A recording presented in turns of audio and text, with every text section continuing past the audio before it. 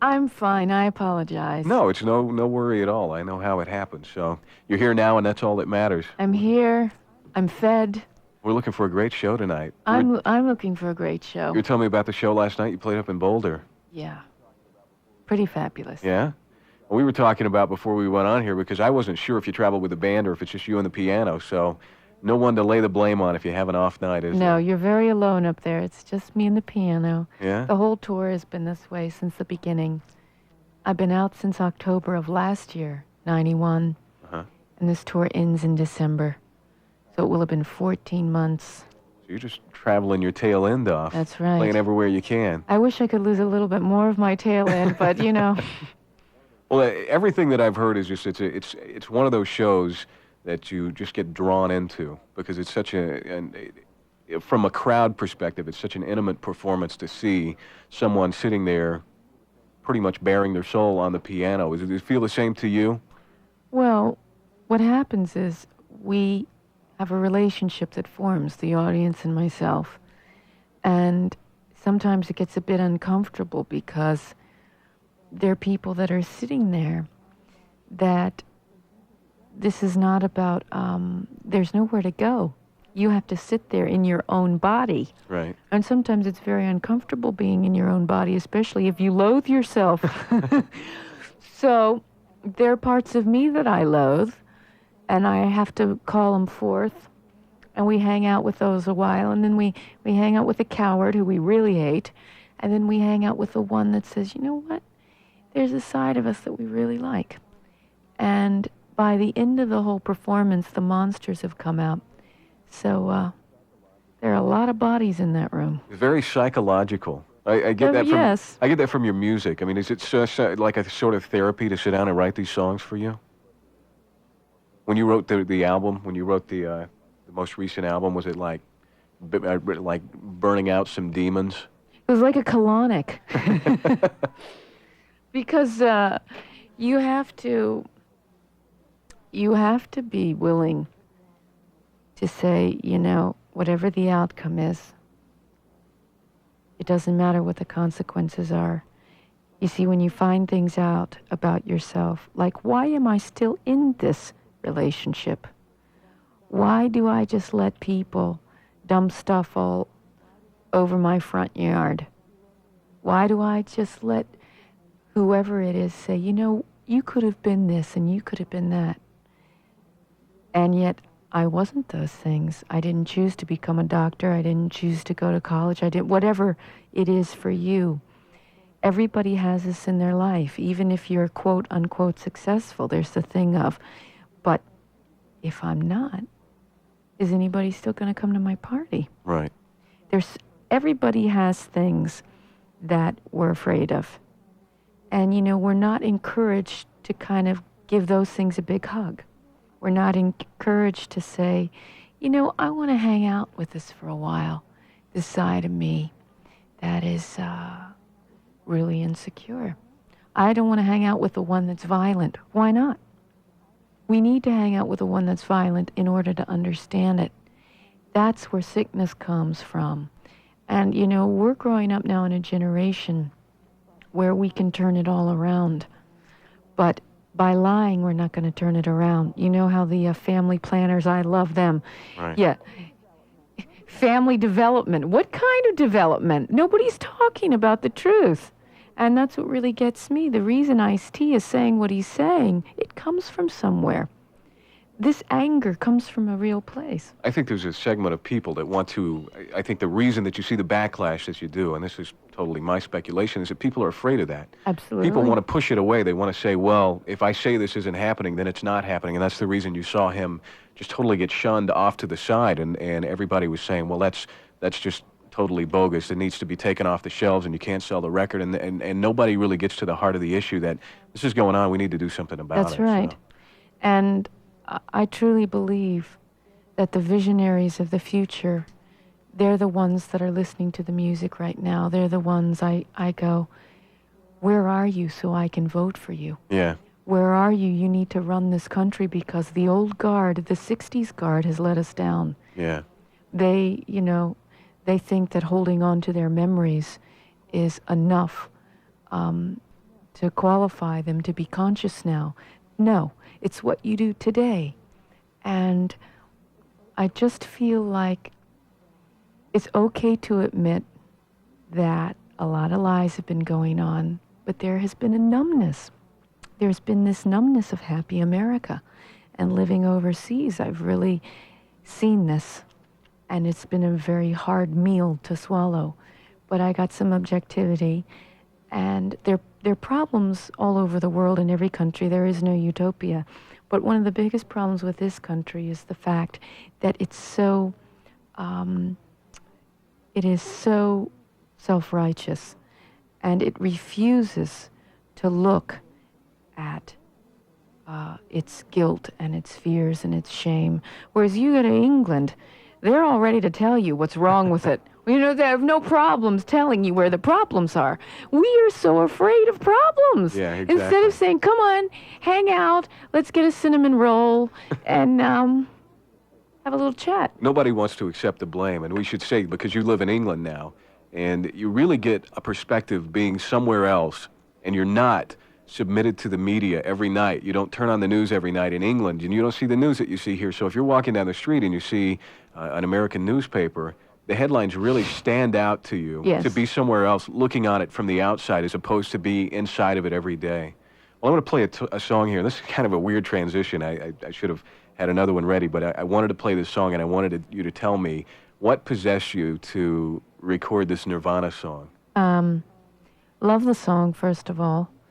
And people get a real limited impression about what a piano is. And because I've been hanging out with pianos for almost 27 years, I love that creature. And it's a very hardcore being. Mm-hmm. And she has told me, I'm sick of people putting Danishes and cheese on the top of me at Christmas time, and that's all I'm good for in their mind. So there was a twofold reason for doing it. One was to show a different perspective of what the piano is, and that there can be head ripping with that, the intensity of silence. There's incredible intensity when you're confronted with silence, because you have to face yourself, which is the scariest thing. That's more scary than 118 decibels. And the other thing is to show what a great song it is, because when you can take a song and just break it down to its bare bones, I'm paying serious homage to this tune and saying what an incredible piece of music it is. Yeah, well, it totally takes on a new dimension to listen to your version of it. This is Tori Amos doing Smells Like Teen Spirit on KZON.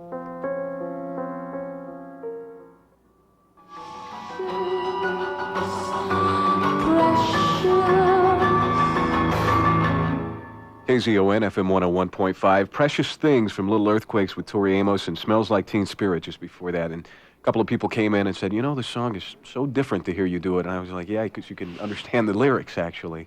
I don't know if they're right, but, you know, it's a good guess.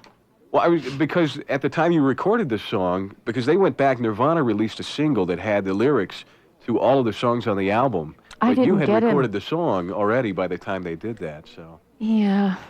who knows? I have a It's friend, scary. the Stevie Ray Vaughan song, The Sky's Crying. It's just, can't you see the tears roll down the street? And this guy was like singing along, and he's singing Kansas City Tears Rolling Down the Street, because, you know, it's like, it's not the words to the song. But anyway, I think you got him close enough. It still makes for a great song. And Precious Things there, you said you had an interesting little story. Well, to when tell. Precious Things was being written, I was living in Los Angeles behind this church. And I'm always drawn to churches. I don't know if it's the minister's daughter in me or the vampire. I haven't decided yet. But we were behind the church, and a dear friend of mine who was kind of kicked out of art school had no place to go. So he came and stayed with me and was playing Ministry and all this music, Nine Inch Nails, all this stuff.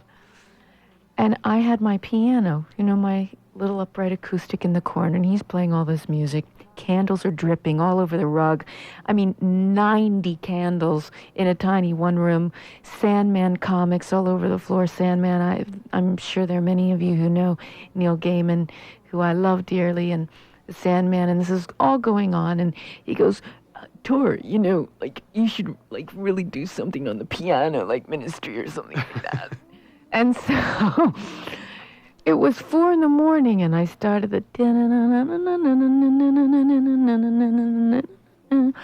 and he was in the kitchen doing dishes that hadn't been done in 3.5 weeks and came up and said to me, Tor, I think you got something. So Precious Things began. And out of that came Precious Things. Yeah, began, got birthed. Jeez, that's great. So you were talking about your father being a minister. Yes. And in your bio, it also says, now this is kind of weird because it talks about your father being strict because he was a minister. And then later on in the bio, it says that when you started playing club gigs, when you were like 15, your dad was the guy taking you to play these gigs? Yeah, he's a bit like Sybil, my father. There's a side of him that I think always wanted to be James Dean. He says to me, honey, I was before James Dean. I'm older than he is. But my dad, he's a minister and very conservative when he plays that role. And he's sincere being a minister. He's very virtuous. I mean, he's very, very, what do you call it? He's a very respectable man. There's a side to him, though, that is real interested in the youth side of things. He likes to know what's really going on and doesn't judge it. He can be really open-minded. At the MTV Awards, we were staying in the same hotel as Pearl Jam. And he was wearing my T-shirt, and he'd go in. I was gone finishing a concert. And he'd walk around and go, hi, Pearl. And they would say, they go, there's Tori's dad. And he was talking to their road crew. And when they played at the awards, he turned and said to me, those boys are so good. I'm so proud of them. And I said, I'm really proud that my father, being a minister on one hand, is able to acknowledge the truth and another culture that he's not really involved in. He's 65. Right. So he doesn't have a problem with your career whatsoever? No. What does he think of, does he like analyze the songs and really get down to the lyrics, and do you guys discuss the songs and what your mindset was when you were writing? Some things we discuss. We don't have the same ideology as far as, you know, he's a real big believer in heaven and hell. I mean, you know, my father is a Methodist minister. Right. And I see things differently. I believe in living more than once. I don't believe in that kind of finality. I'm a big believer in fairies. So it's okay, though, that we don't agree. And we're very dear friends. Yeah, it's not necessarily a bad thing that you don't see eye to eye. It's probably more conducive because you can discuss and grow from that. When I was 13, it was hard because it was absolute. He couldn't deal with the fact that I had questions. You know, your parents have a hard time when you're 13 that you don't agree with him because you know what? It makes them feel insecure. It makes them feel like they're losing power. Now, if the parents are feeling secure, they're able to go, you know, this is exciting that my kid is developing their own beliefs. That's an exciting thing. And we need to remind them, hey, I don't need to change your beliefs. And we have to really go, hang on a minute. Why should we need our parents to agree with us? But why should they need us to agree with them? We have to be able to say, free thought, man. Yeah, I think it goes back to what we were talking about earlier. Everybody has this burning desire to control. Yes. They want to put their thumb on you and say, this is what you're going to do, as opposed to, and you look at what happened in Los Angeles in May, as opposed to everybody coming together and saying, okay, you think this way and I think this way. Let's get together and work this thing out. Everybody wants to be the controlling factor, and you wind up going nowhere. Well, the interesting thing is how you worship is your business. If you want to be a fundamentalist Christian, hey, I can totally respect that, but don't even think about coming into my home and dictating what that should be about or what goes on in my bedroom. Yeah. You know, I'm just waiting for the government to put cameras in the bathroom. You can't do that. There was an article in the paper just a couple of weeks ago. You're being watched at work. Cameras in the bathrooms. Yeah. It's getting, you have to wonder, wait a minute. How How far away are we from fascism? How far away are we? And that's why I just encourage the youth of this country to understand that the power is going to be turned over to them for no other reason than, guess what? These people are going to die. Yeah.